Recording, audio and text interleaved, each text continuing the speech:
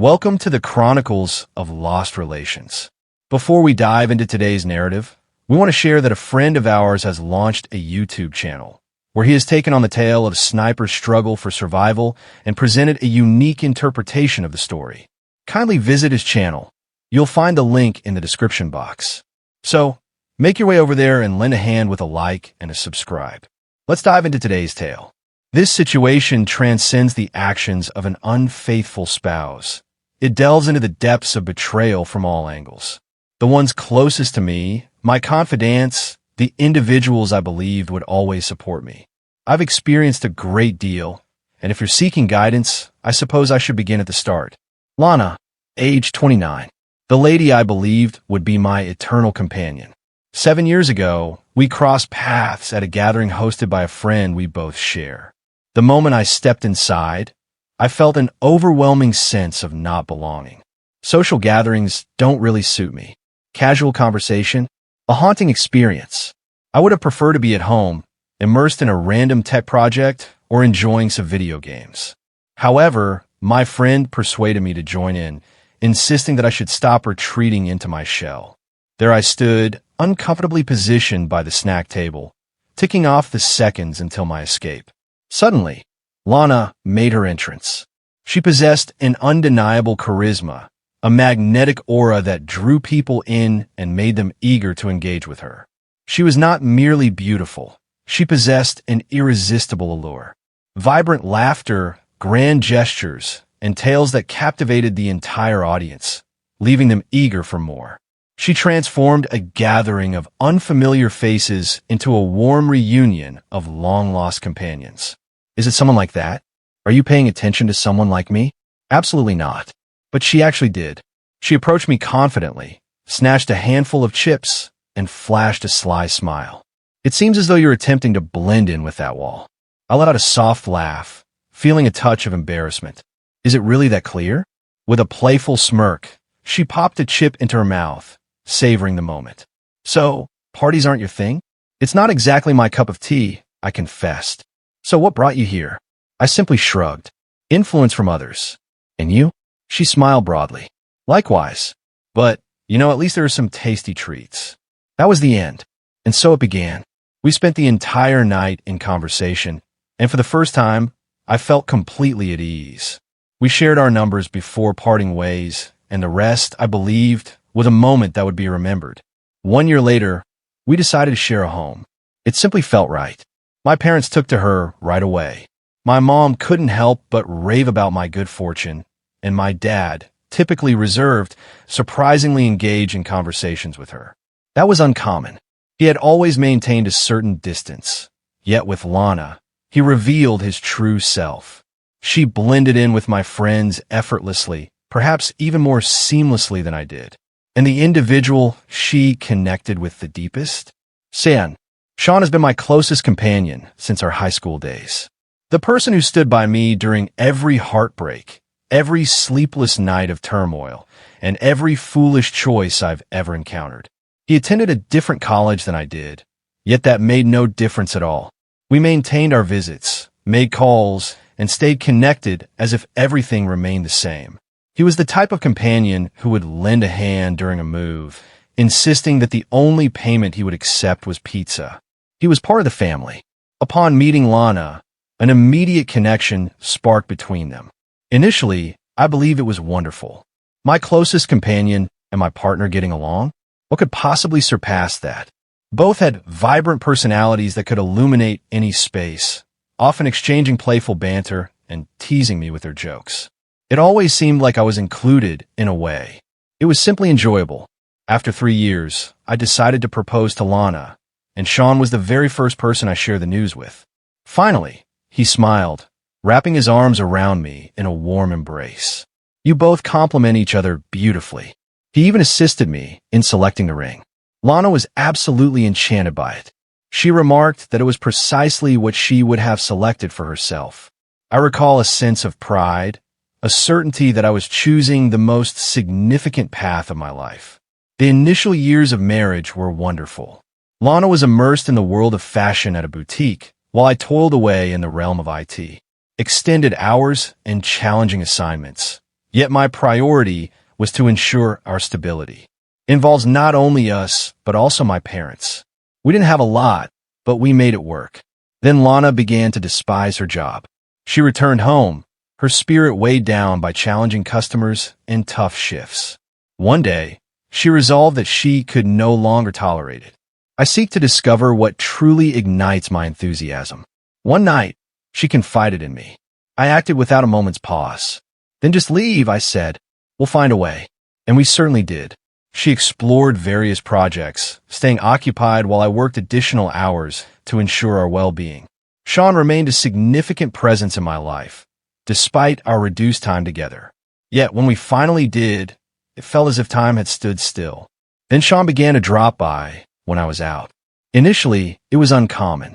It was merely an ordinary afternoon, one of those moments when Sean happened to be in the area or needed to retrieve something he had forgotten.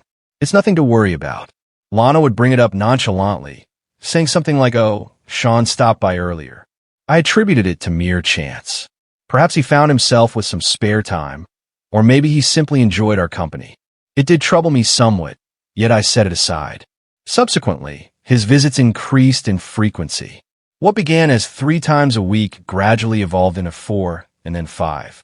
No longer were there mere chance encounters. He would always be present in my absence, assisting Lana with tasks I hadn't even committed to yet. One afternoon, I returned home ahead of schedule for my job. The systems experienced a failure, leaving us with limited options for action. Upon entering, the sounds of conversation drifted from the kitchen. As I entered, I noticed Sean adjusting a cabinet door with a screwdriver, while Lana casually leaned against the counter, observing the scene. Initially, my voice went unnoticed. "Incredible, Shah," I declared, placing my bag down with a bit more force than required. "It seems you have a side gig as a handyman." Lana released a chuckle tinged with anxiety. "I assumed you wouldn't have a problem with it." He extended an offer. "Presented?" I reiterated, arching an eyebrow. When did my closest friend start volunteering to handle chores for my wife without discussing it with me first? Sean stood tall, brushing his hands against a rack. "Hey there, just doing my best to hold everything together while you're out there excelling at your job. It's nothing to worry about." I managed to laugh, yet there was an unsettling quality to the entire scenario. I refrained from saying anything further. I prefer to keep things low-key, particularly because there was nothing overtly amiss. Yet the inquiry lingered in my mind. What made Sean feel so at ease spending time here in my absence? Then arrived the messages. Lana began to devote more of her time to her phone, chuckling at things she chose not to share with me. When I inquired, she would reply, "It's merely the group chat with the girls." I had faith in her. What reason would I have not to? One evening, as she enjoyed a shower, her phone vibrated on the bathroom counter. I wasn't prying. I was carefully shifting it away from the edge to prevent it from falling. At that moment, Sean's name illuminated the screen. "Haha, you're quite the comedian. I will mark the date on my calendar." It wasn't as if I uncovered anything damning, but there was something unsettling about the tone. "Which date are you referring to?" What was Sean thinking when he texted Lana like that? I remained silent, yet for the first time, a sense of unease washed over me. Events began to align in unexpected ways. Sean had an uncanny ability to sense when I was burning the midnight oil. If I were to say in our group chat that I was held up at the office, you can bet someone would appear at my doorstep in less than an hour. And Lana, she actively embraced it. She embraced it. His visits brought a spark to her day. It began to weigh on me more than I was willing to acknowledge. It wasn't merely due to Sean's constant presence, but rather the effortless way it all unfolded for them. It was as if they danced to a melody of their own, wrapped in a world I no longer belonged to. The moment of clarity came when I understood just how much I was in the dark about their situation. When was the last occasion I found myself part of one of their jokes? When was the last time Lana shared something amusing that Sean said, rather than just replying to him directly? It gnawed at my thoughts, not out of envy. It's more about uncovering the true nature of what's going on here. I chose to explore the possibilities. One evening, as Lana scrolled through her phone on the couch, I leaned against the counter and remarked, "Hey, it's been ages since we had a game night. How about we all get together this weekend? I think I'll whip up some nachos or something along those lines. She hesitated to lift her gaze immediately. She paused before saying, I believe Sean has plans this weekend. I inclined my head. Oh, really? Did he mention that to you? That took her by surprise. She blinked, a moment of confusion passing over her, and then shook her head as if to clear it. I simply made an assumption. He has been putting in a considerable amount of effort lately. Has he not? Let me share a little something about myself. I address issues directly when something feels amiss. I was determined to uncover the truth before she could divert the conversation. Sure, I'll just ask him, I replied nonchalantly, taking out my phone. If he's available, it would be nice to spend some time together. It's been a while since we've all gathered for an activity together. Lana remained silent, her expression betraying a lack of enthusiasm. That evening, I reached out to Sean. Hello, how's it going? He responded. Not a great deal, I replied.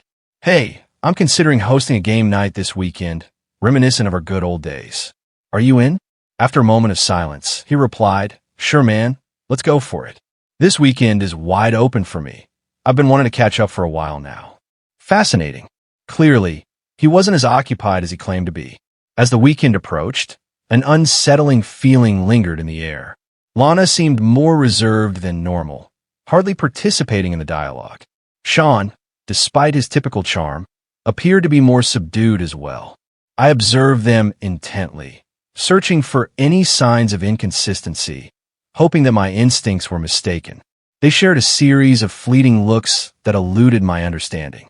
Have you ever found yourself in a gathering where two individuals exchange a private joke, leaving you feeling completely excluded?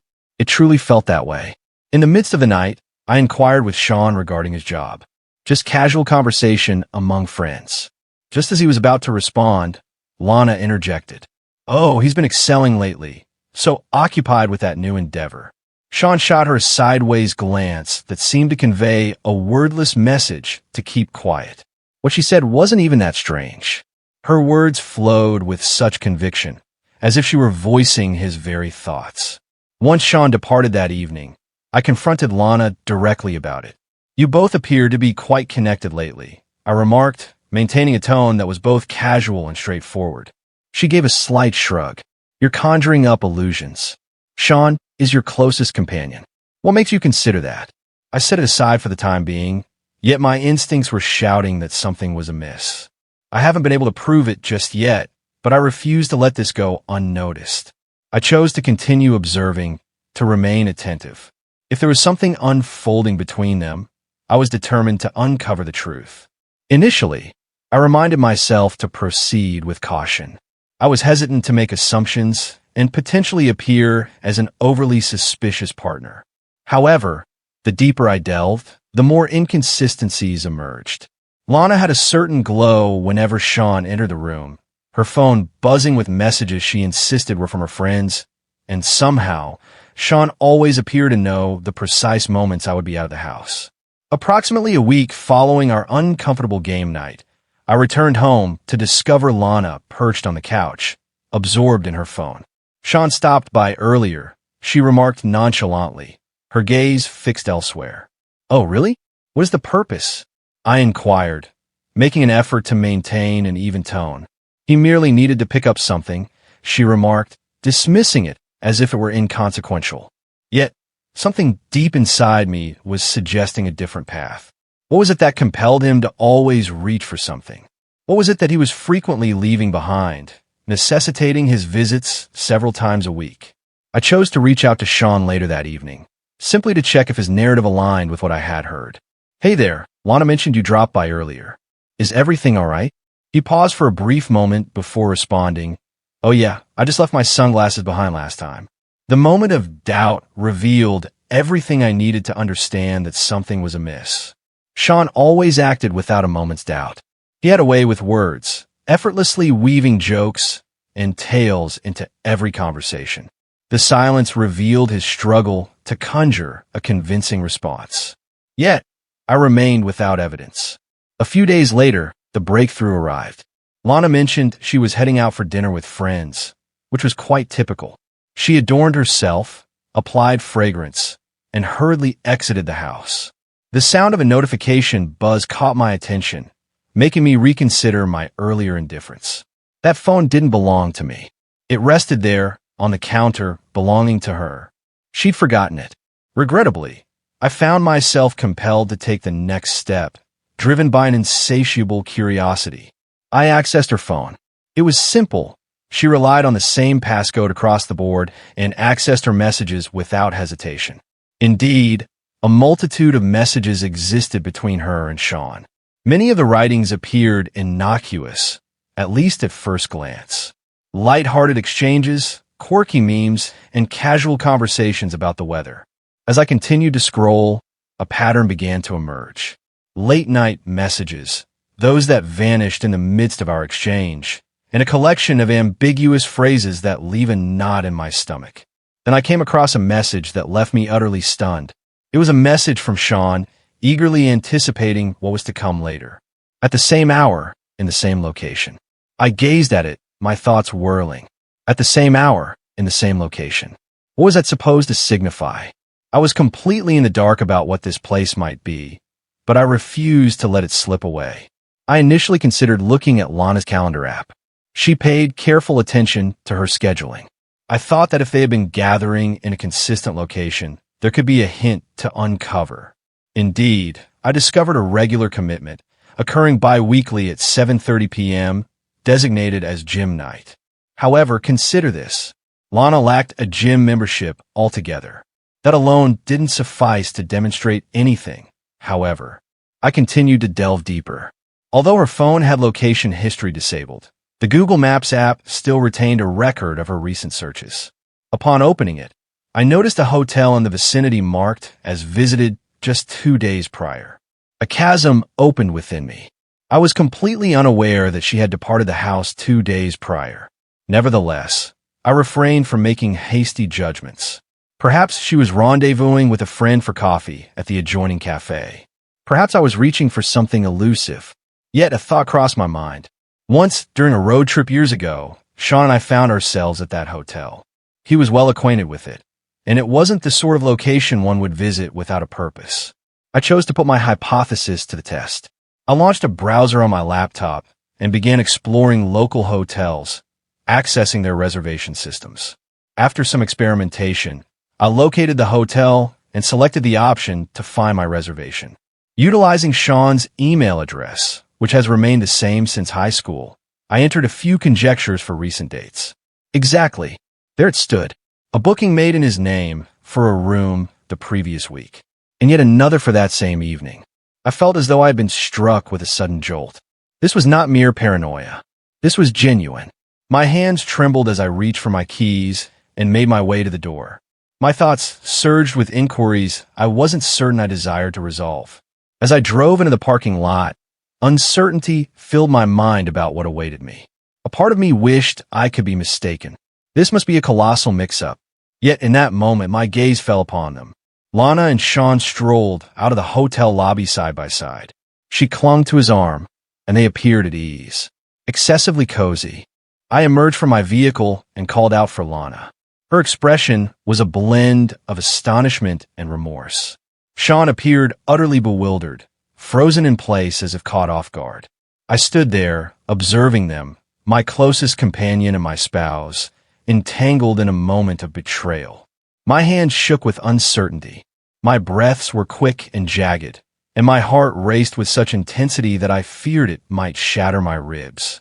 Lana's voice pierced through the stillness, shattering the quiet that enveloped them. "Jerry," she began, her voice quivering. "This isn't as it appears." "Don't," I interrupted, my voice more cutting than I meant it to be. "I have no interest in listening to that." Sean, my closest companion since our foolish days in high school, took a cautious step forward. "Hey, let's have a conversation about this. What should we discuss?" I lost my composure. "How you been sneaking around with my wife? What is the duration of this situation? What? Was it after the shelves? Or did it happen before that?" Neither responded. Sean, my so-called best friend, simply gazed at the ground, displaying a remarkable lack of courage. And there was Lana, the woman I had promised to cherish, to create a future alongside, standing there, biting her lip, her expression more one of annoyance than of remorse. I felt an overwhelming urge to let out a cry. I felt an overwhelming urge to strike out, to shatter something, to ensure they experienced even a sliver of the anguish they had just inflicted upon me. Yet I found myself frozen in place. My chest constricted, as if my body was instinctively rebelling against the truth of what my eyes were witnessing. "Is there really nothing you want to express?"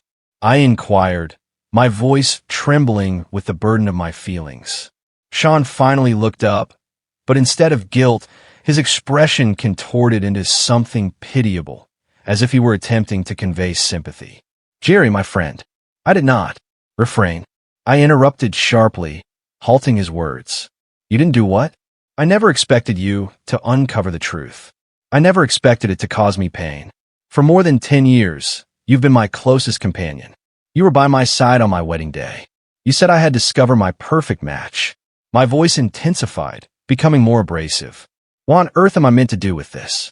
His mouth parted, yet silence lingered. He merely gazed at me, as if I were the one at fault. "And what about Lana?" She didn't even attempt to justify her actions. There are no justifications, no regrets, only quietude. Her eyes brimmed with tears, yet she remained silent. The stillness was more painful than any falsehood she might have uttered. I pivoted sharply and exited, as if I were trudging through thick, suffocating mud. With every step, the weight seemed to grow, pressing down more than before. As I approached my car, a tremor coursed through my hands. I clutched the steering wheel with such intensity that my knuckles turned pale. My whole existence felt like it had crumbled, not only because of my wife, but also due to the one individual I had placed my utmost trust in apart from her. The sting of Lana's betrayal was undeniable. However, Sean, that was an experience like no other. It was as if a hand had plunged deep within me, tearing my heart from its place. He was meant to support me. He had witnessed my darkest moments, understood every facet of my being, my anxieties, my aspirations, everything that defines me. And now, I found myself unable to shake the thought of how long he had been chuckling in secret, just out of my sight. In the days that followed, I found it difficult to operate at all. I revisited each moment from the past few months, seeking to uncover the signs I might have overlooked. When did my wife and my closest companion turn into unfamiliar faces? That morning, I awoke with a sense of finality. I hardly recognized who I was anymore. I had ceased to be a man. I felt like an empty vessel. Lana moved about the house with an air of nonchalance, as if the events that had transpired were mere figments of imagination, her presence asserting a claim to this space that felt both unsettling and defiant. I remained silent in her presence. I also lacked confidence in myself. I opted to reach out to a lawyer instead. Beginning the divorce process felt like a dream, as if I were an observer witnessing another person's world unravel. Each signature, each document served as a haunting reminder of a life I believed I possessed and the individuals who had shattered it. I held back from telling Lana immediately. I required some time to sort through everything, to organize my thoughts before I faced her once more. As I finally presented her with the papers, she crumbled. "Jerry, I implore you." She wept, clutching my hand tightly. "We can navigate this together. I will sever ties with him. I will go to any lengths necessary. Please hold on to hope for us." I gazed at her, observing the tears cascade down her cheeks, and rather than feeling sympathy, I was overcome with revulsion. The figure before me was no longer the person I had vowed to love.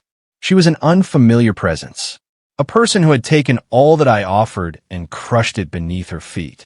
"Hold back your tears," I remarked with a chill in my voice. "You didn't merely betray me, Lana. You shattered my whole existence. My partnership, my faith, my closest companion. Are you aware of the impact of your actions?" She wept more intensely, reaching out for my hand once more. "Jerry, I will sever ties with him. I will take care of this. Simply grant me an opportunity." I withdrew my hand. "Can it be repaired? Your decision has been made, and I was not the one you chose. You made your choice, and now you can't pretend there's anything worth salvaging." She continued to weep, yet I remained indifferent. You ruined it all, I said. I'm finished. And with that, I turned and left. I chose not to glance back. I believed that was the conclusion of the matter. The dissolution of the marriage was tumultuous yet clear-cut. I had no desire to prolong the situation. I simply desired a fresh start, and I believed I had begun to reclaim a sense of control. However, I erred in sharing this with my parents. I gathered them around, anticipating the fierce indignation that one would expect from a parent confronted with the pain inflicted on their child. I expected them to support me, to be outraged for my sake. Instead, my mother cast me a glance filled with sorrow, almost tinged with pity. She must have felt incredibly isolated. She murmured gently, shaking her head. You've been putting a lot of effort, Jerry. Perhaps she simply required a listening ear. I stood still, gazed intently at her. I wished I had misunderstood. Mother, I spoke deliberately, my tone unsettlingly serene. She engaged with him on a deeper level. She shared a bed with Sean, my closest companion. This is not a case of misunderstanding. It's a profound act of treachery. Before my mother had a chance to reply, my father interjected. His tone remained steady. Child, marriage presents its challenges. Individuals often err. Do you truly believe this is worth sacrificing everything? Discarding it all? I tightened my grip. She was unfaithful with Sean. You've been acquainted with him for many years. You felt like kin. So, you think I should simply let it go and move on? Are you truly aware of what you're requesting from me? No response was received. There was no obligation for them to do so. The expressions on their faces conveyed everything. Suddenly, it dawned on me. Has Lana reached out to you? I inquired.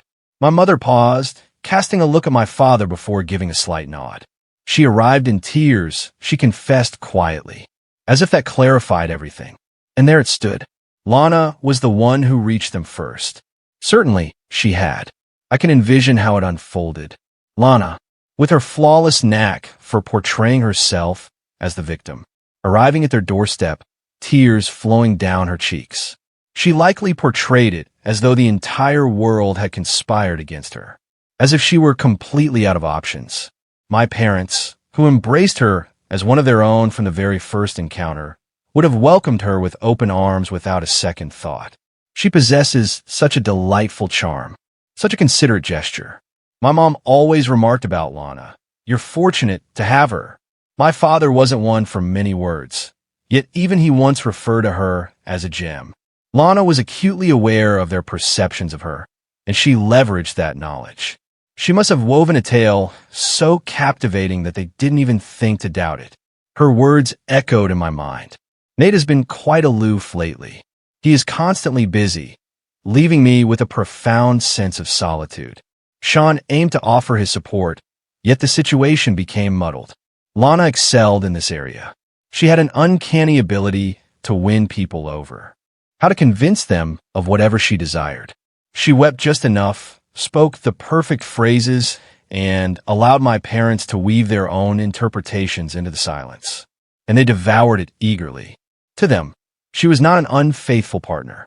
She was the unfortunate, isolated woman who had erred due to her husband's emotional absence. And Sean, my parents cherished him just as deeply as they did Lana. Sean had been a part of my family's life for many years. He was the person who would arrive for family dinners, banter with my dad about football, and praise my mom's cooking as if it were awarded a Michelin star.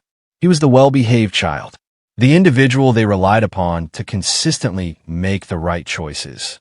They would never accept that he had the capacity to betray me so deeply, only if I possessed tangible proof to present to them. To them, Sean was the shining star who had likely found himself in an unfortunate situation. My father massaged his temples, a look of discomfort crossing his face. Nate, you understand the depth of our concern for Sean. He has truly been like a second son to our family. Perhaps circumstances simply spiraled beyond control. Perhaps it was never his intention for things to unfold this way. I chuckled with a hint of bitterness, shaking my head in disbelief. I didn't intend for it to occur. Dad, they didn't stumble and end up in bed together. Their plans were set in motion. For months, they deceived me. So, you're here standing up for them? Lana kept some details to herself. My mom said hastily, as though that justified her allegiance to them. She simply expressed that she had erred and was feeling quite remorseful about it. She mentioned that she had no intention of causing you any pain. Is this a joke? I lost my composure. She shattered my whole existence. She deceived me with Sean, and now the two of you are standing up for her. This is hard to fathom. Nate, we remain neutral in this matter. My mother said, her voice trembling. Our priority is to ensure that no one is left behind. We wish to keep the family united. You've started to lose my interest. I exclaimed with a cutting edge. You've clearly chosen to support her. It feels like you're prioritizing them over me. You remain blissfully unaware. My mother's eyes brimmed with tears. That is incorrect. Our affection for you, Nate, knows no bounds. We are simply seeking clarity on the events that transpired. Lana expressed a sense of abandonment, while Sean was merely attempting to offer assistance. Cease. I interjected. To stop right there. If you can remain here and accept anything she claims after her actions, then perhaps you never truly supported me to begin with. A hush enveloped the room. My father cast his gaze downward. My mother dried her tears, and I stood there, engulfed in a profound sense of loss, as if everything I held dear had slipped away. It wasn't solely Lana and Sean. It was my parents as well. Lana's cunning strategy had unfolded flawlessly. She had managed to sway my parents to her side, and now I found myself battling not only her, but also Sean. I found myself at odds with my own family. A week later, I discovered the extent of Lana's cunning deception. Despite my lingering annoyance with my parents, I decided to visit their house unexpectedly to deliver some money. For years, I had been providing them with financial support, as their savings had dwindled since retirement. It didn't matter much to me. I viewed it as an essential aspect of being a devoted son. As I stepped through that door, an unexpected sight froze me in my tracks.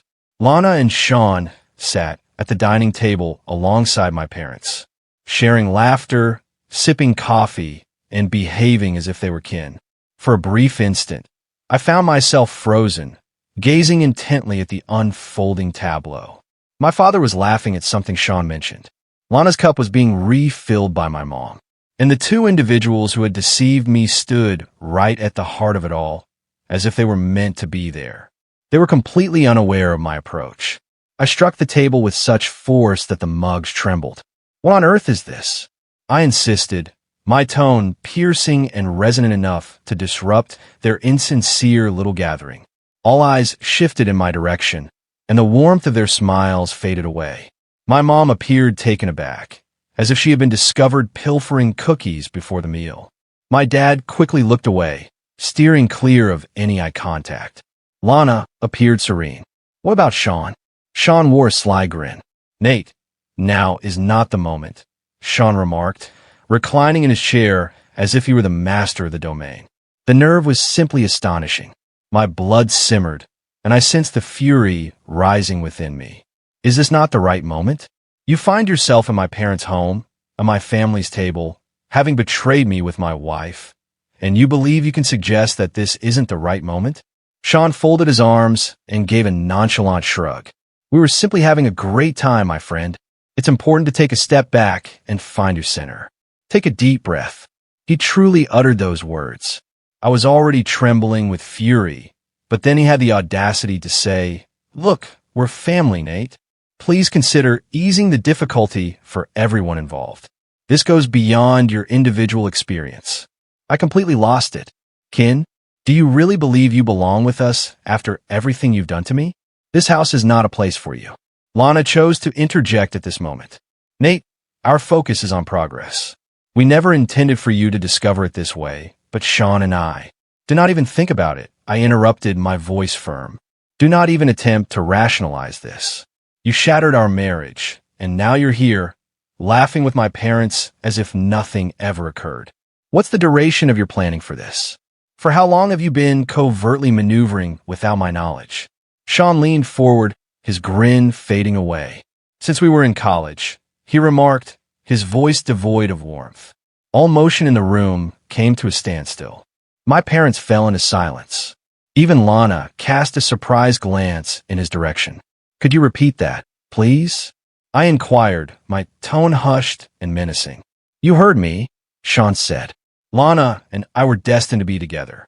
We recognized it during our college days. Nate, we attended the same college. However, you obstructed the path. You always had to take center stage, didn't you? You've consistently chosen to claim what doesn't belong to you. My mind was blank. I found it difficult to catch my breath. This went beyond mere betrayal. It was a testament to years of camaraderie, a lifetime of trust shattered by a single sentence. You've got quite the audacity, I remarked, my fists tightening my sides. I poured my heart and soul into it all. Your trust was placed in me. You were meant to be my closest companion. Is this truly how you choose to repay my efforts? Sean rose, his presence dominating the table. I have no obligations to you, Nate. Lana and I are feeling quite content at the moment. It's time to mature and come to terms with it. That was the moment. I surged forward, seizing the fabric of his shirt and forcefully pushing him against the wall. Do you really believe I will simply go along with this? You really believe I'll just sit back and let you stroll into my family, pretending you fit in here? Sean resisted, his fingers tightening around my arms. Release it, my friend. You're simply making a fool of yourself. That's sufficient. My father raised his voice, positioning himself between us and separating us forcefully. That will do, Nate. This is not the way we manage matters in this home. I stepped back, breathing hard. My hands remained clenched into tight fists. How do we approach situations? I shot him a fierce look. You're allowing him into your home, Dad. You're acting as if they were completely blameless. Who are they, really? Unfamiliar faces. You should be supporting me. I am your son. Nate, my mother said, her voice quivering. We're doing our best to hold the family together. Relatives? I completely lost my composure at that moment. It was futile to continue the debate. Do you really believe this is what family looks like? All right. Are you relishing the arrival of your new son and daughter? You completely lost me. I burst out of the house, the door crashing shut in my wake. My father didn't reach out to me. My mother made no effort to intervene. The sole sound that filled the air was Sean's voice, dripping with smugness and confidence. You will move past it. I haven't moved past it. Not until I was absolutely certain he received his due. That night, a single truth emerged with undeniable clarity. I had reached my limit. Finished with Lana. Finished with Sean. Finished with my folks. They had chosen their paths, and now it was time for me to choose mine. Upon arriving home, I powered up my laptop and proceeded to cancel the monthly transfers to my parents' bank account. For years, I've been supporting them financially, discreetly covering bills and ensuring they never had to worry about money. I never questioned it because they were my family, and I believe that's simply what one does for loved ones. However, after witnessing what unfolded at that dinner table, they were no longer worthy of a single cent from me. They might consider reaching out to Sean, as he had become part of their family. They noticed it in no time. After a fortnight, my mother reached out. I allowed it to go to voicemail.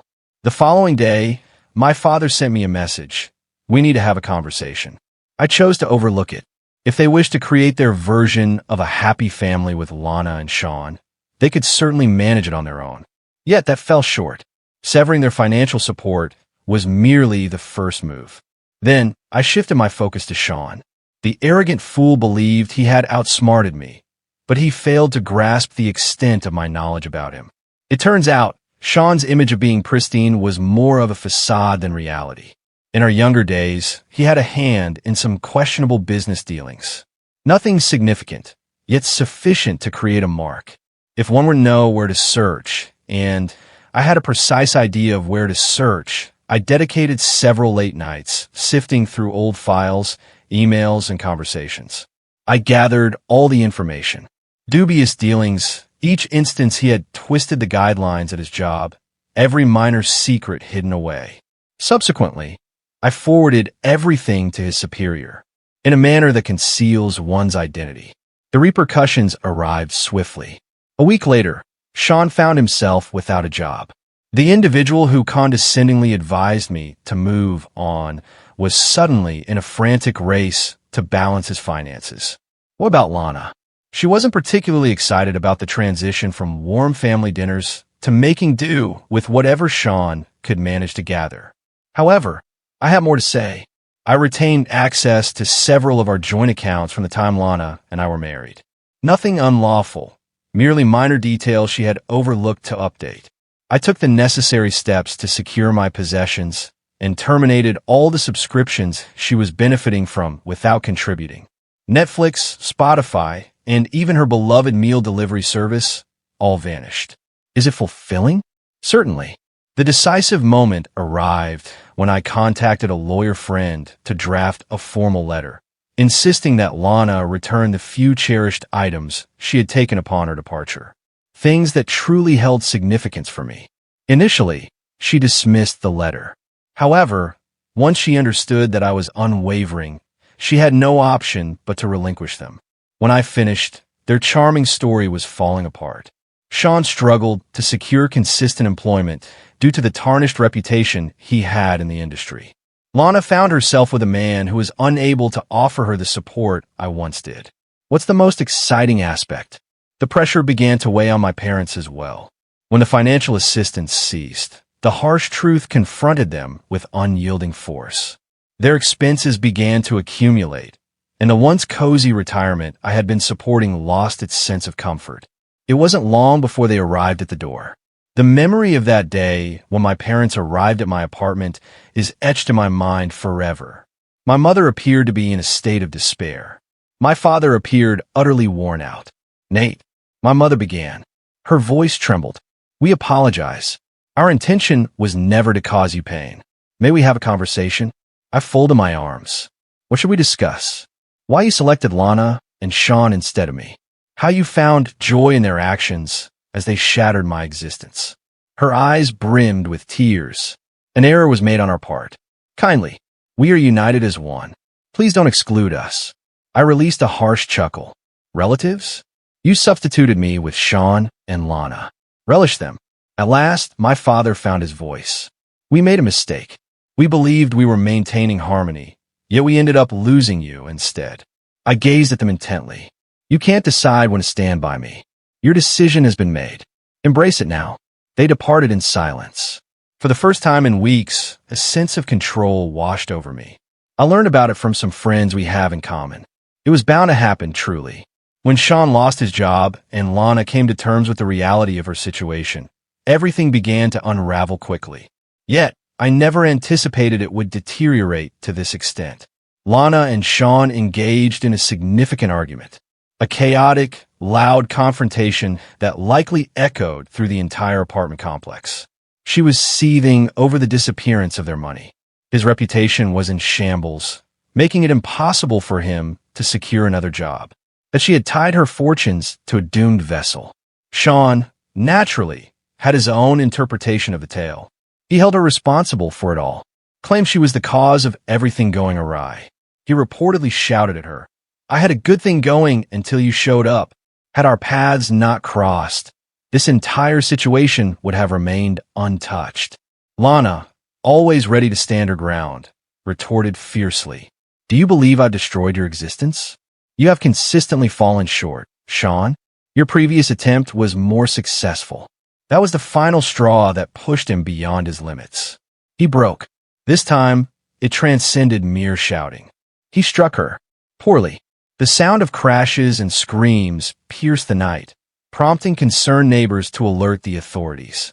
When assistance finally reached her, Lana was on the brink of losing consciousness. Her visage marred and battered, crimson droplets tarnishing the floor beneath. Sean remained, looming above her, his breath coming in heavy bursts. He offered no resistance as they placed the cuffs on him. She is currently in the hospital. Shattered ribs, a head injury, a broken arm. She won't be out for some time. The physician remarked that she is fortunate to have survived. Sean finds himself confined within the cold walls of a jail cell, grappling with charges that extend far beyond mere assault. It appears the DA is not showing any leniency towards him. It seems there were previous occurrences in his history that had gone unnoticed until now. What about now? Now, they're all returning to haunt him. It appears that he may be facing a significant period of incarceration. What about my parents? Indeed, their cozy existence was short-lived after I decided to sever ties. In the absence of my financial backing, the bills began to accumulate. The dwelling, the place of my upbringing, proved to be too costly to upkeep. It was necessary for them to part with it. The funds quickly dwindled, leaving them with no alternative but to relocate to a government-subsidized senior living facility. They continued to attempt to reach out. I noticed their names appearing on my screen, feel the phone vibrating in the late hours of the night. I always remained silent. The phone rang again. Identical figure. Identical urgency. For weeks, my parents reached out, but I chose not to respond. I found myself at a loss for words with them. Yet, for some inexplicable reason, I chose to answer this time. Nate? My mother's voice trembled, as if she had been weeping. Oh, what a relief. At last, you responded. I remained quiet, anticipating. Your dad? He's in the hospital, she whispered, her voice trembling with emotion. I require funds, Nate. I'm at a loss for what to do next. Kindly. I exhaled gently. Reach out to family. Nate, you're my kin. You are my child. Your assistance would be greatly appreciated. I chuckled with a hint of bitterness. You made your decision when you picked Sean and Lana. Don't forget. I spoke with an icy demeanor. I no longer exist in your world. Wasn't that what you expressed clearly? Nate? Please, she implored. Who is your father? Which hospital is he currently admitted to? I severed ties with her. The other end was enveloped in silence. Mother, I expressed. The shadows of my tone deepened. What is happening? Medical facility. Increased quietude. A subtle rustling noise, reminiscent of her searching for a response. Is he? He is currently at St. Vincent's. No, I don't think so. Was he moved to Mercy? I tightened my jaw.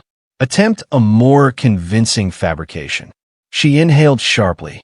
Nate, I must ask, why are you being dishonest? I inquired with a flat tone. Reveal the reality to me. A moment of stillness. Then she murmured, Lana? She requires funds for her medical care. I shut my eyes. The nerve. Incredible. She is in pain, Nate. Once more, my mother made an attempt. She is experiencing immense suffering. Kindly, I let out a quick breath. If you reach out to me once more, I will take legal action to ensure my safety. Nate, I no longer exist in your world. Isn't that so? I stated. My voice possesses an unsettling calmness. Excellent. Please refrain from contacting me in the future. I ended the call. And just like that, it came to an end. Following that final conversation, I had reached my limit. I went beyond simply blocking my parents. I removed them, their figures, their correspondence, all conceivable methods they might use to contact me. I ensured they had absolutely no way to reach me. I was seething with rage. My anger was palpable. The sting of betrayal lingered deep within me. And each time I reflected on their deceit, reflecting on the ways my own mother attempted to influence me for Lana, it only reinforced my conviction in the choice I made. Their decision was made. Now, they were compelled to accept it. For a time, I resided in the city. Yet, I was aware that it was just a question of time until my parents sought another opportunity to attempt once more. They consistently did. I refused to allow them another opportunity to dig their claws into me. I decided to go. I kept my destination to myself, not my former companions, not my larger family, not even the handful of individuals I still regarded as close. I gathered my belongings, discovered a new home in another city, and embraced a fresh start, free from burdens, devoid of echoes, simply a fresh beginning. Do you want to hear something interesting? It was successful. After a long time, I experienced a sense of liberation, free from commitments, free from remorse. I refused to let anyone take advantage of my generosity or manipulate my goodwill as if it were their right. I created a fresh existence that reflected my own values, among individuals who genuinely appreciated me for my true self, rather than for what I could offer them. At this moment, I find myself thriving like never before. I've encountered someone special, a woman who embraces her own journey without the burden of my history or the need for me to solve her challenges.